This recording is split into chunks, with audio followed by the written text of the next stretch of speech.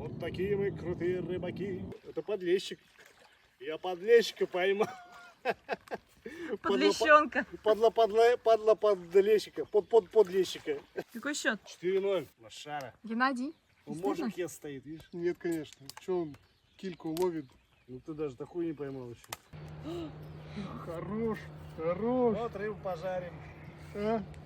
Мальков он там тянет, выеживается. Ой, я поймал 4-0. Не сопротивляйся. А? Коп-коп-коп.